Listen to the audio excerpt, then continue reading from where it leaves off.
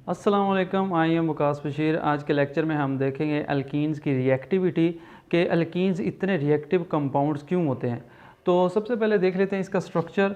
तो अल्कीन्स जो होते हैं आपको पता है कि इनके दरमियान डबल बॉन्ड होता है और इसमें हमारे पास एक ये सिग्मा बॉन्ड होता है और ये हमारे पास पाई बॉन्ड होता है। अब पाई बॉन्ड जो होता है वो इजीली ब्रेक हो सकता है इसके अंदर, और सिग्मा बॉन्ड जो होता है वो थोड़ा इसमें स्ट्रॉन्ग बॉन्ड होता है। इजीली ये जब बॉन्ड ब्रेक होता है तो इसके नतीजे में ये जो बॉन्ड ब्रेक होगा तो इसके नतीजे में एक इलेक्ट्रॉन इसका इधर और एक इलेक्ट्रॉन इसका इधर। अब ये इलेक्ट्रॉन यूज़ होते हैं इस कंपाउंड के अंदर मुख्तलिफ एटम्स ऐड करने के लिए। तो इसी वजह से ये हमारे पास जो डबल बॉन्ड होता है ये बड़ा अनस्टेबल होता है, और जब ये ऐड इसके अंदर हो जाते हैं दूसरे एटम्स तो फिर ये स्टेबल हो जाता है, इसलिए ये एडिशन रिएक्शन देता है। एडिशन रिएक्शन की डेफिनेशन होती है कि product formed by addition of some reagents like hydrogen और क्लोरीन। जैसे कि इसके अंदर हाइड्रोजन ऐड हो सकती है या फिर क्लोरीन वगैरह ऐड होके तो ये एडिशन प्रोडक्ट्स देते हैं। जब हमने अल्केन पढ़ा था तो अल्केन के अंदर हमने पढ़ा था कि वो एडिशन रिएक्शन नहीं देते बल्कि सब्स्टिट्यूशन रिएक्शन देते हैं, यानी उनके अंदर रिप्लेसमेंट होती है। लेकिन इनके अंदर क्या होगा, यानी अल्कीन्स के अंदर एडिशन रिएक्शन होगा, यानी मुख्तलिफ एटम्स इसके अंदर ऐड होंगे। अब हम इसके रिएक्शंस देख लेते हैं जिससे आप लोगों को सही इसकी समझ आएगी। सबसे पहले जो हमारे पास अल्कीन्स के अंदर रिएक्शन है वो है हाइड्रोजनेशन ऑफ अल्कीन्स। इसका मतलब होता है कि एडिशन ऑफ हाइड्रोजन। अब वो हम देख लेते हैं कि अल्कीन्स के अंदर एडिशन कैसे होगी हाइड्रोजन की। तो सबसे पहले हम सिंपल एक अल्कीन ले लेते हैं CH2 double bond CH2 plus hydrogen. तो इसमें मैंने आपको पहले भी बताया था जब हम अल्केन के प्रिपरेशन पढ़ रहे थे तो उसमें भी हमने ये hydrogenation of alkenes and alkynes पढ़ा था।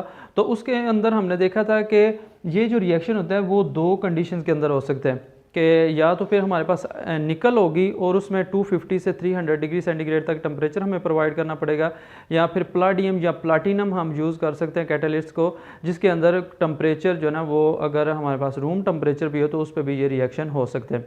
लेकिन अगर हम निकल यूज़ करते हैं इस रिएक्शन में कैटलिस्ट तो फिर हमें 250 से 300 डिग्री सेंटीग्रेड तक टेम्परेचर प्रोवाइड करना पड़ता है। अब इसके प्रोडक्ट कैसे होगी वो हम मैकेनिज़्म से देख लेते हैं। ये अगर आप देखें तो ये हमारे पास ये आ गया इथीन आ गया हमारे पास। हाइड्रोजन जो है वो हम इस तरह से लिख सकते हैं। अब इसमें क्या होगा कि ये बॉन्ड जब ब्रेक होगा ना इसमें तो इसका इलेक्ट्रॉन इधर आ जाएगा और इसका इलेक्ट्रॉन इधर आ जाएगा, और ये जब बॉन्ड टूटेगा तो इसका एक इलेक्ट्रॉन इधर आ जाएगा और इसका एक इलेक्ट्रॉन इधर आ जाएगा। अब ये हाइड्रोजन इधर आके अटैच हो जाएगा, इसको हम यहाँ से रिमूव कर सकते हैं और ये अब आके यहाँ पे लग गया। अब ये यहाँ पे बॉन्ड बन गया और ये हाइड्रोजन जो ना ये यहाँ के इस कार्बन के साथ अटैच हो गया, तो इसको हम यहाँ से रिमूव कर देते हैं और इसको इधर अटैच कर देते हैं। ये अपने इलेक्ट्रॉन के साथ इधर बॉन्ड बना लेता है। तो अब हमारे पास क्या बन गया CH3 सिंगल बॉन्ड CH3, ये हमारे पास प्रोडक्ट आ गए। इसके अंदर एक और बड़ा इंपॉर्टेंट रिएक्शन है वो भी हम देख लेते हैं कि वो कौन सा रिएक्शन है। ये रिएक्शन कौन सा होता है कि इसके अंदर वेजिटेबल ऑयल, इसमें जब हम हाइड्रोजन ऐड करते हैं और ये निकल और 250 डिग्री सेंटीग्रेड से 300 डिग्री सेंटीग्रेड तक जब हम इसको प्रोवाइड करते हैं कंडीशंस, तो ये हमारे पास मार्जरीन या फिर इसको बनास्पति घी भी कहते हैं, ये बनता है। तो इस तरह से हमने देखा कि वेजिटेबल ऑयल जो कि एक अनसैचुरेटेड कंपाउंड्स पर मुश्तमिल होता है उसमें भी जब हम हाइड्रोजन ऐड करते हैं तो उससे हम बनास्पति घी या मार्जरीन हासिल कर सकते हैं। इससे आगे हम देख लेते हैं इसका अगला रिएक्शन वो है हैलोजनेशन ऑफ अल्कीन्स। हैलोजनेशन का मतलब सिंपल है कि एडिशन ऑफ हैलोजन। इसमें क्या होगा कि अल्कीन्स के अंदर हम जब हैलोजन ऐड करेंगे तो उसको रिएक्शन को हम कहते हैं हैलोजनेशन ऑफ अल्कीन्स। इसमें हम करते क्या हैं कि आप लेते हैं एक बीकर और उसके अंदर आप कार्बन टेट्राक्लोराइड या CCl4 हम ले लेते हैं, और जो कि एक इनर्ट सॉल्वेंट है हमारे पास, और इसके अंदर ब्रोमीन वाटर जो कि ब्रोमीन और वाटर का सोल्यूशन होता है इसको, और कोई सा भी अल्कीन इसके अंदर हम जैसे इथीन ले लेते हैं C2H4, तो इसको जब हम ऐड करते हैं तो ब्रोमीन वाटर का कलर होता है रेड ब्राउन।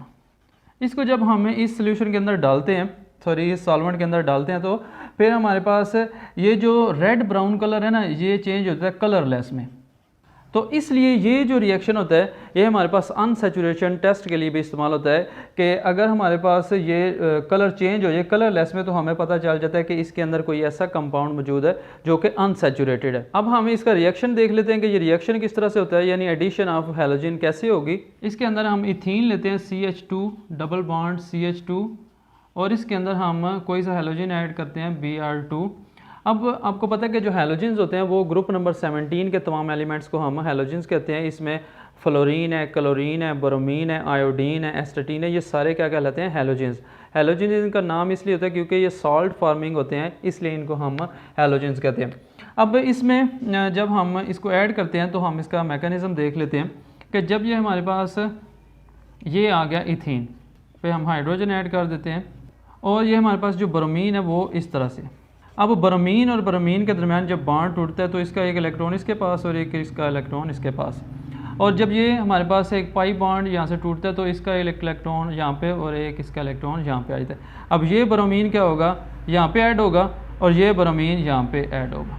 इसको हम यहाँ से रिमूव करके इस कार्बन के साथ लिख लेते हैं और इस ब्रोमीन को हम यहाँ से रिमूव करके इस कार्बन के साथ लिख लेते हैं। ये जो हमारे पास इलेक्ट्रॉन है ये इस ब्रोमीन के साथ शेयर हो जाएगा।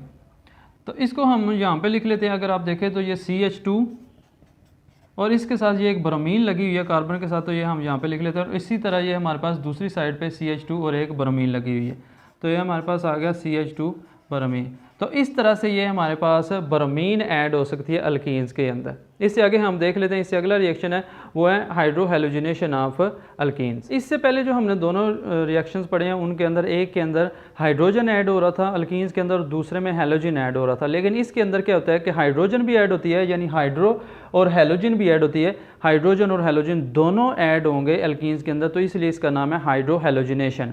अब इसमें अगर आप देखें तो हाइड्रोजन और हैलोजन ऐड करना है तो ऐसा हमें कंपाउंड चाहिए जिसके अंदर हाइड्रोजन भी हो और हैलोजन भी हो, तो वो हमारे पास होते हैं हाइड्रोजन हैलाइड्स HX यहाँ पे हमारे पास क्लोरीन भी हो सकता है, ब्रोमीन भी हो सकता है, आयोडीन भी हो सकता है हैलोजेंस के अंदर। तो इस तरह फिर हम देख लेते हैं कि ये हमारे पास किस तरह से रिएक्ट करेंगे अल्कीन के साथ। यहाँ पे हम इथीन ले लेते हैं जो कि अल्कीन है, CH2 और CH2 हमारे पास ये अल्कीन आ गई। और हम इसमें ऐड कर लेते हैं हाइड्रोजन ब्रोमाइड ऐड कर लेते हैं जो कि एक हाइड्रोजन हैलाइड है, और देखते हैं कि ये किस तरह से ऐड होगा। इसका हम मैकेनिज़्म देख लेते हैं। तो ये हमारे पास आ गया अल्कीन, इसका हमने स्ट्रक्चर फार्मूला लिख लिया। अब बाकी दूसरे रिएक्शन की तरह इसमें भी क्या होगा कि हाइड्रोजन और ब्रोमीन के दरमियान बॉन्ड टूटेगा और ये इसका जो बॉन्ड पेयर का एक इलेक्ट्रॉन हाइड्रोजन के पास चला जाएगा और एक ब्रोमीन के पास चला जाएगा। इसी तरह ये पाई बॉन्ड टूटेगा तो इसका एक इलेक्ट्रॉन इधर चला जाएगा और एक इसका इलेक्ट्रॉन इधर चला जाएगा। अब ये हाइड्रोजन क्या करेगा कि इस कार्बन के साथ अटैच हो गया, ये इस कार्बन के साथ भी अटैच हो सकता है, किसी एक कार्बन के साथ ये हाइड्रोजन अटैच हो गया और जो दूसरा कार्बन हमारे पास रह जाएगा उसके साथ ये ब्रोमीन अटैच हो जाएगा। तो इसको हम ब्रोमीन को यहाँ से रिमूव करते हैं और इसको हम अटैच कर देते हैं यहाँ पे।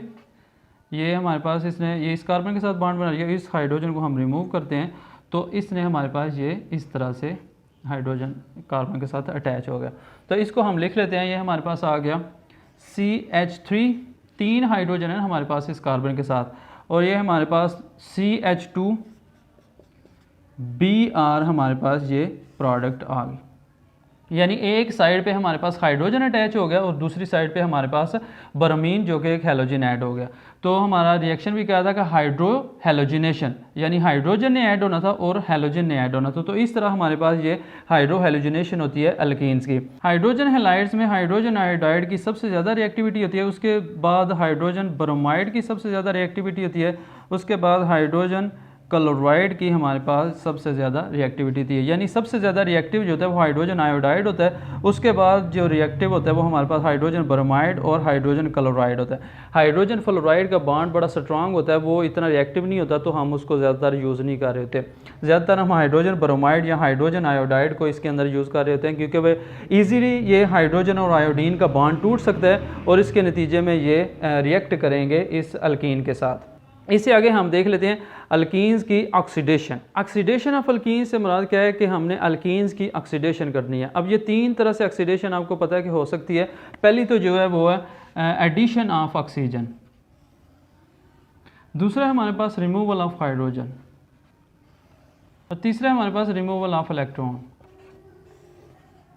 तो इन तीन तरह से किसी भी कंपाउंड की हम ऑक्सीडेशन कर सकते हैं, यानी उसके अंदर अगर एडिशन हो रही है ऑक्सीजन की तो फिर भी उसकी ऑक्सीडेशन होगी, अगर उससे रिमूवल हो रहा है हाइड्रोजन का तो फिर भी उसकी ऑक्सीडेशन होगी, और अगर उसमें से रिमूवल हो रहा है इलेक्ट्रॉन का तो फिर भी उसकी ऑक्सीडेशन होगी। लेकिन यहाँ पे हमारे पास जो रिएक्शन है अल्कीन्स का, उसके अंदर एडिशन हो रही होती है ऑक्सीजन की, जिससे उसकी ऑक्सीडेशन होती है। तो आइए इस रिएक्शन को देख लेते हैं। इसके अंदर जो हम अल्कीन लेते हैं वो है ethene, CH2 double bond CH2, और हमारे पास जो ऑक्सीडाइजिंग एजेंट है यानी जिससे ऑक्सीडेशन होगी वो है KMnO4 यानी पोटाशियम पर मैग्नेट, और हमारे पास तीसरी जो चीज़ है वो है वाटर मॉलिक्यूल। इसको हम बैलेंस कर लेते हैं तो 3 हमारे पास ये अल्कीन होंगे, 2 हमारे पास पोटाशियम पर मैग्नेट होंगे और 4 वाटर के मॉलिक्यूल होंगे। तो इस तरह से ये हमारे पास रिएक्शन करेंगे। इसके नतीजे में हमारे पास बनता क्या है, 3 हमारे पास इथीन ग्लाइकोल बनते हैं, CH2 सिंगल बॉन्ड CH2, और यहाँ पे हमारे पास OH लग जाता है। OH मैंने आपको फंक्शनल ग्रुप वाले चैप्टर में पढ़ाया था कि वो हमारे पास अल्कोहल होता है, और अगर इसका हम दूसरा नाम देखें तो ये हमारे पास आता है 1,2 इथीन डाइयोल, ये हमारे पास इसका नाम है, और इसका दूसरा नाम हम इथीन ग्लाइकोल भी इसको कहते हैं। तो ये इसके 2 नाम हैं। इसके अलावा जो हमारे पास प्रोडक्ट्स बनती है वो है मैंगनीज डाइऑक्साइड, 2 मैंगनीज डाइऑक्साइड के हमारे पास मॉलिक्यूल बनते हैं, और 2 ही हमारे पास पोटाशियम हाइड्रोक्साइड के मॉलिक्यूल बनते हैं। यहाँ पे हम पोटाशियम पर मैग्नेट का स्ट्रक्चरल फार्मूला देख लेते हैं। तो इसकी 3 साइड पे डबल बॉन्डेड ऑक्सीजन मौजूद होती है, और चौथी साइड पे सिंगल बॉन्डेड ऑक्सीजन मौजूद होती है। मोस्टली इसके ऊपर नेगेटिव चार्ज होता है। इस नेगेटिव चार्ज को ख़त्म करने के लिए हमारे पास पोटाशियम इसके साथ अटैच होता है जिसके ऊपर पॉजिटिव चार्ज होता है, तो इसलिए ये एक न्यूट्रल कंपाउंड के तौर पे हमारे पास मौजूद रहता है। जब ये हमारे पास मैंगनीज डाइऑक्साइड बनती है तो ये इसके अंदर से ये हमारे पास मैंगनीज डाइऑक्साइड बन जाती है। तो 2 हमारे पास ये मैंगनीज पोटाशियम पर मैग्नेट के हमारे पास कंपाउंड थे, तो इसी तरह हमारे पास ये मैंगनीज डाइऑक्साइड के भी 2 ही हमारे पास मॉलिक्यूल आएंगे। और ये जो हमारे पास KOH बने 2 KOH, ये OH जो हमारे पास आया ये वाटर से आया है, और ये जो K है ये हमारे पास इधर पोटाशियम से आया। और तीसरे नंबर पे हमारे पास ये जो OH हैं ये भी हमारे पास ये वाटर मॉलिक्यूल से आए हैं, क्योंकि ये हमारे पास वाटर मॉलिक्यूल जो हैं वो 4 हैं, तो 2 जो OH हैं वो इस KOH के साथ आगे लग गए, और जो 2 OH हैं वो हमारे पास इधर इथीन ग्लाइकोल के साथ आगे लग गए। ये था हमारा आज का टॉपिक। आई होप कि आप लोगों को इसकी समझ आई होगी। इससे रिलेटेड अगर आपका कोई क्वेश्चन है तो आप लोग कमेंट्स के अंदर पूछ सकते हैं। अपना बहुत सा ख्याल रखिएगा। अल्लाह हाफिज़। Thank you.